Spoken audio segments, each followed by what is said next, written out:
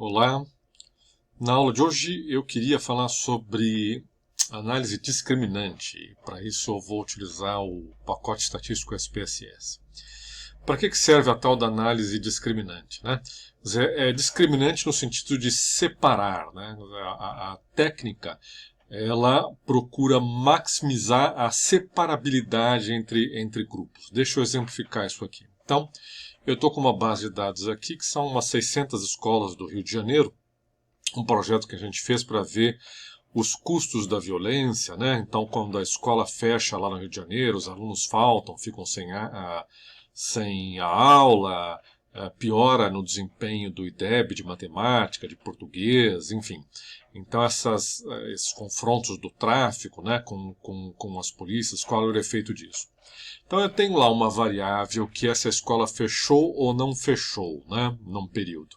Você vê que ela vai de 0 até as escolas aí que fecharam mais de 23 vezes, e eu transformei isso numa variável dicotômica, 0 ou 1, fechou ou não fechou. Então essa é uma característica, né?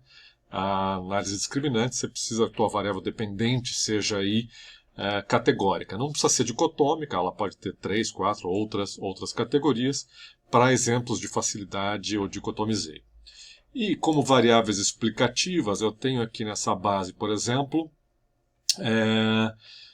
transformado em score Z, né, o nível socioeconômico das famílias, a porcentagem acho que de pais com alta escolaridade, são variáveis do Ministério da Educação, né, do INEP.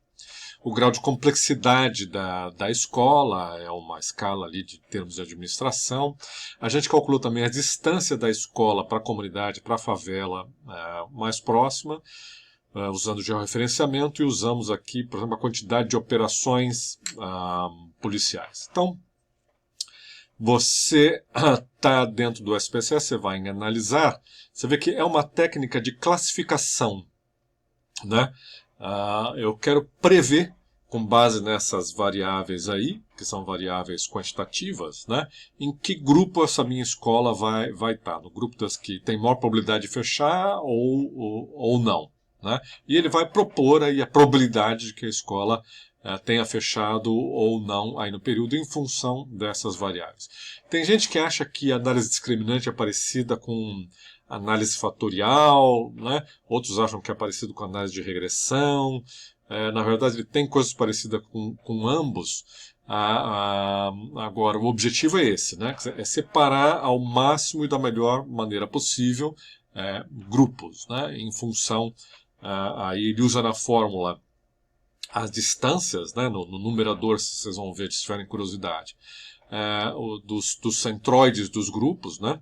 Das médias dos grupos, e no denominador ele usa a distância, a dispersão, né, dos dados. O ideal é que os grupos tenham distâncias médias grandes e dispersões mais próximas, né? Mas não vamos entrar nesse detalhe aí de fórmula, vou mostrar para vocês como eu pediria essa análise. Então vamos aqui em discriminante. Você vê, então, como variável de agrupamento, essa minha variável fechou ou não fechou, né? Ela está dicotomizada, 0 é quando não fechou, 1 é quando fechou. E como variáveis independentes, são todos aí em nível, né, de escala, aquelas que eu já mencionei. Eu estou fazendo aqui um método como a gente faz em regressão, stepwise, né? Quer dizer, ele vai testando uma variável a cada vez e vai verificando, né, segundo um critério estatístico, se ela contribui ou não né, para o modelo. Você poderia pedir para que todas as variáveis entrassem ao mesmo tempo, eu prefiro aí o stepwise.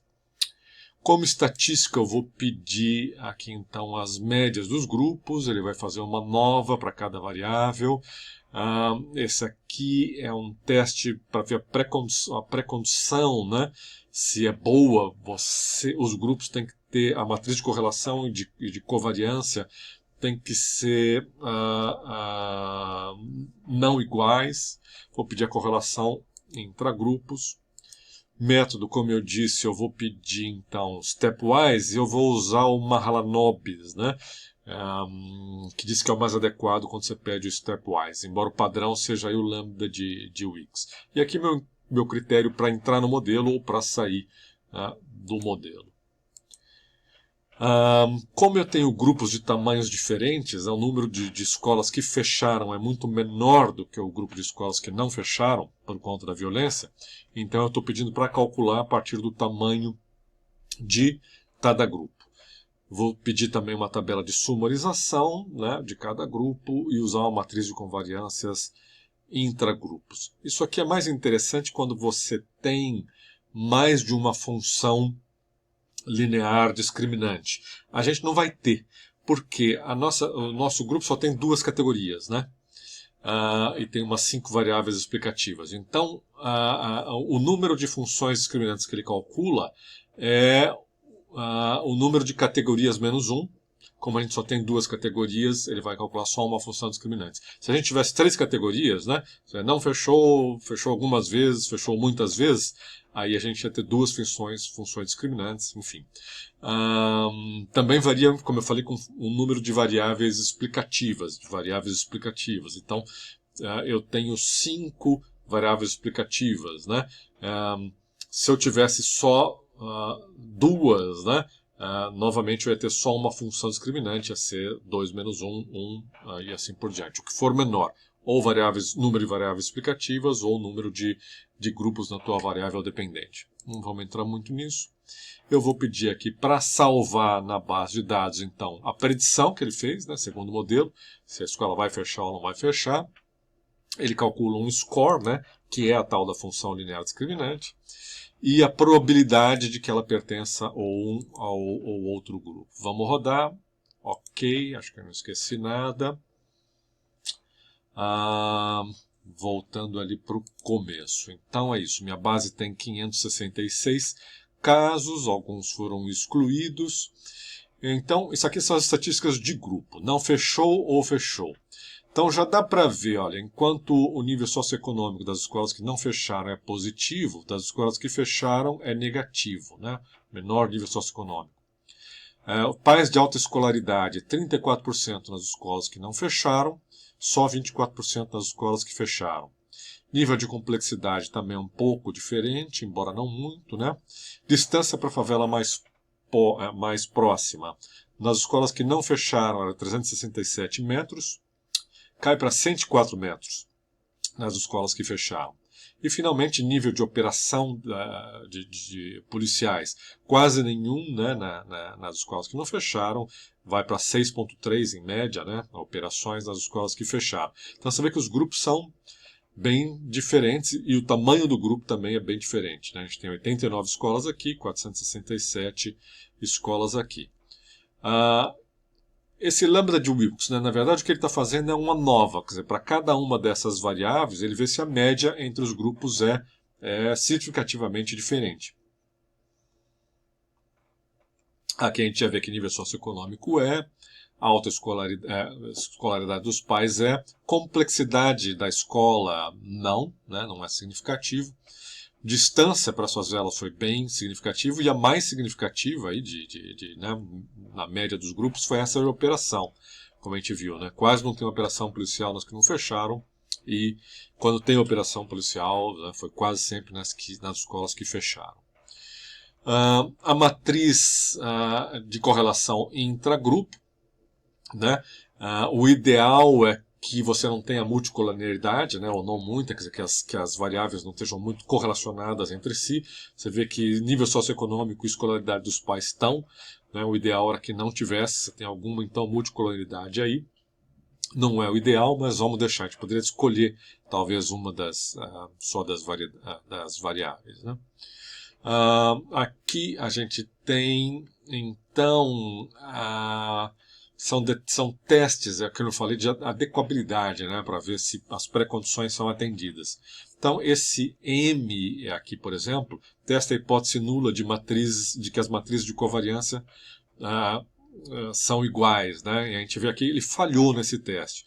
Na verdade, eu podia ter feito alguma transformação linear aí nas variáveis. Você vê, algumas estão com Z-score, outras estão com porcentagem, outras estão com, enfim, ter mudado alguma coisa aí para tentar melhorar isso. Eu não vou fazer isso agora, mas tenham isso em mente, né? O ideal é que aqui seja não significativo.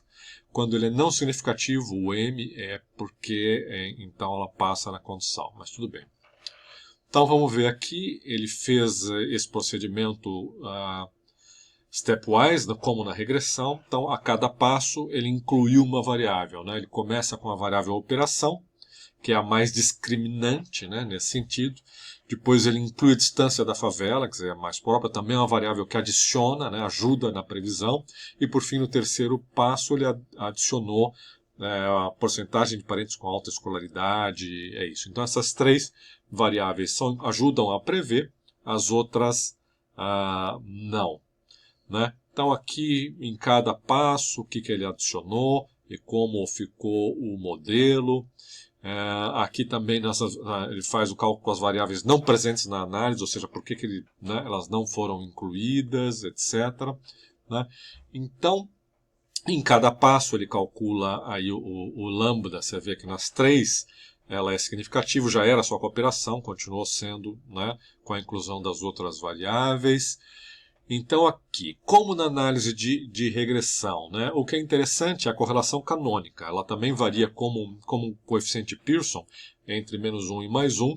Ela é 0,64, ela é elevada e a gente só tem uma função canônica. Né? Como eu falei, porque a gente só tem duas categorias, fechou ou não fechou. Deixa eu ver que tem imagem interessante. A matriz aqui, né, padronizada, então ela vê qual é o peso de cada variável. Né? Isso aqui não é mais ou menos como na análise de regressão. Então, aqui é o peso da variável operação controlando simultaneamente por distância na favela e por alta escolaridade. Então a gente já vê, num caso ela é positiva e alta, nos dois casos ela é negativa, né? Aqui a estrutura da matriz de autocorrelação, então você vê na nossa função, né? A variável principal dela é essa aqui, se teve operação ou não. E é interessante, como na análise de componentes principais, a brincadeira aqui é você dar nomes, né? Então, sei que nome a gente podia dar aí essa função, tem muito a ver com operação policial, com comunidade, a gente podia chamar com confrontos do tráfico, por exemplo, estou dando um nome aí qualquer, né? Ela se correlaciona mais com esse negócio, né? Com comunidades, com favelas e com operações policiais, alguma coisa por aí. Né? Então, esses aqui são os centróides de cada função, você vê, é bem diferente, né? A gente poderia colocar num eixo cartesiano essa variável e ver graficamente. Ele faz isso, se a gente pedir. Eu vou pular rapidamente, então. Lembra que os nossos grupos eram desiguais, né? Essa aqui seria a distribuição das escolas nos grupos a priori, né? E aqui a distribuição real. A gente está vendo aqui um histograma para cada um dos grupos, né? Da função. E o que mais interessa é aqui, essa classificação no final. Foi boa ou não foi boa? Você vê que 90% dos casos foram agrupados de forma correta, né? No caso dos não fechou, olha só, chega a 99,8%. Né? Então, das 467 escolas que não fecharam, ele classificou corretamente 466, né, como não fechou. E no caso das escolas que fecharam, aí a previsão não foi tão boa, ele acertou só em 42% dos casos. É o que a gente chama de sensibilidade e de especificidade. Então, você tem muito caso aí de... Aqui são os falsos positivos, aqui são os falsos negativos. Então, ele erra um pouco aqui. Finalmente, eu queria mostrar as variáveis que ele criou. Na base, nós temos aqui, então, o grupo previsto, né? Você vê, no caso das escolas que não fecharam, né, o acerto é muito grande, ele acerta em quase todos eles. Aqui a gente tem, então, as probabilidades de pertencimento a cada um dos grupos. O vídeo vai acabar em 15 minutos, a ideia, como sempre, é só introduzir, né, o tema. Espero que vocês tenham apreciado essa introdução à análise linear discriminante. Muito obrigado, é só isso por hoje.